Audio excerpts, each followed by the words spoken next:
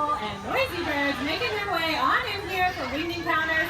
We are just getting started. We're only going to be here for a few minutes, so come on over here, hang out with us, keep your phones and cameras out too, because you won't want to miss what we have in store for all of you.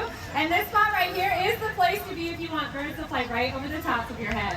My name is Caitlin. I'm joined by an awesome team of avian trainers and conservationists. We have Keegan, we have Grace, and now with all of you is Jessica and Camille, and then of course the stars of our show. Can anyone tell me, just shout it out, what kind of birds are these? Macaws. If you're thinking parrots, that's also correct. Macaws are a type of parrot. That bird that just flew out there to Jessica, that's Carmen, and he is a scarlet macaw. And then up in this tree over here, if you can see there's a blue and yellow bird up there, making his way on down here. This is Castle, and Castle is a blue macaw. And what's really cool is these two birds just flew in from a half a mile away. Their aviary is a half a mile behind the tree of life. So they're flying pretty far to come out here, and they do that flight in just 30 seconds too, which is really cool. They're very fast flyers. They come up here because we use positive reinforcement with all of our birds. So what that means is that when they do something that we like, they get something that they like in return. So it looks like Carmen might want to fly out to one of those perches that our trainers are holding. And you'll see that Jessica is going to give Carmen a nice yummy treat for doing that. He's getting banana chips, peanuts, almonds, hazelnuts, all kinds of good stuff. And that'll just increase the likelihood that he continues to do this behavior over and over again. And then hopefully his buddy Castle will also do the behavior. He's still learning though, so he has to continue to practice it, but we just have to make it worth it for him to do that behavior by giving him some of those favorite treats. Now, as beautiful as they are, they do make some of the most challenging pets that you can bring into your house. What do you all think is the #1 complaint for a parrot in the house? The noise, that's right. They're going to be screaming from sun up until sundown. Castle here is making a little bit of noise, but hey, there he goes. But I have to tell you, that's only a fraction of the noise that he can make. They're so noisy. We actually have to wear earplugs back at their aviary because they're so loud, and we work with almost 100 of them. So there's a lot going on back there. They also have very large beaks, and those beaks are constantly growing, so they have to wear them down.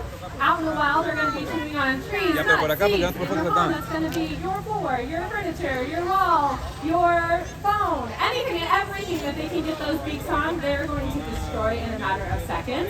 And they can also live for a really long time too. Decades is not unheard of for parrots the size of Carmen and Castle here, so they're definitely a lifelong commitment.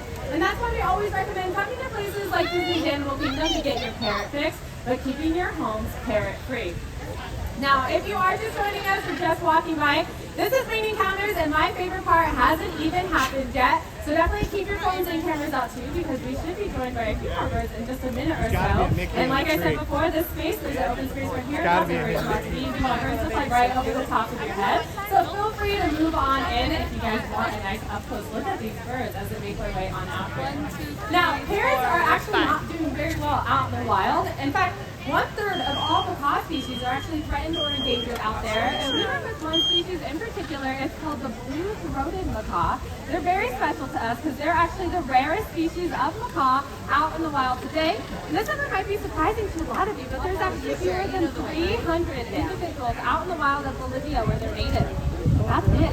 It's a scary low number. That's for things like deforestation, which leads to habitat loss, and the illegal pet trade.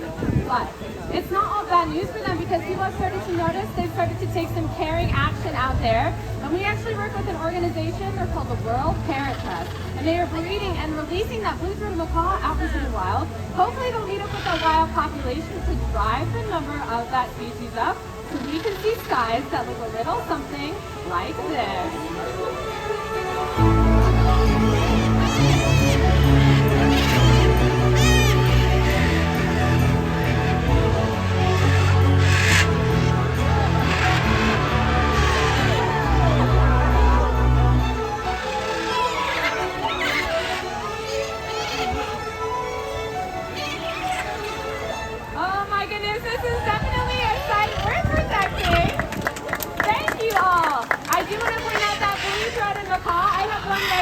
This is Sammy Joe. She's that blue-throated macaw that I was just talking about.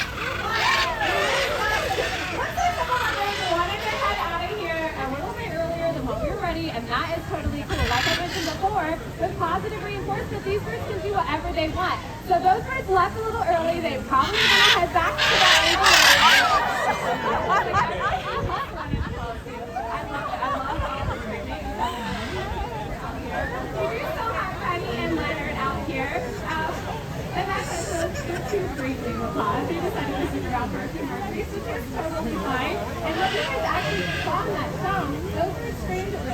right before they left, and that was what we call an alarm call. So they screamed to let their flockmates know that there's something in the area that made them a little bit nervous, and so they did that alarm call, and everybody headed out of here. And so we'll see if they want to come back out here. They absolutely don't have to come back out here if they don't want to. But right now, Grace is actually the director of our show, and she is in communication with our trainers back at the aviary. So it sounds like our birds are all just hanging out on top of the aviary, which is actually fine.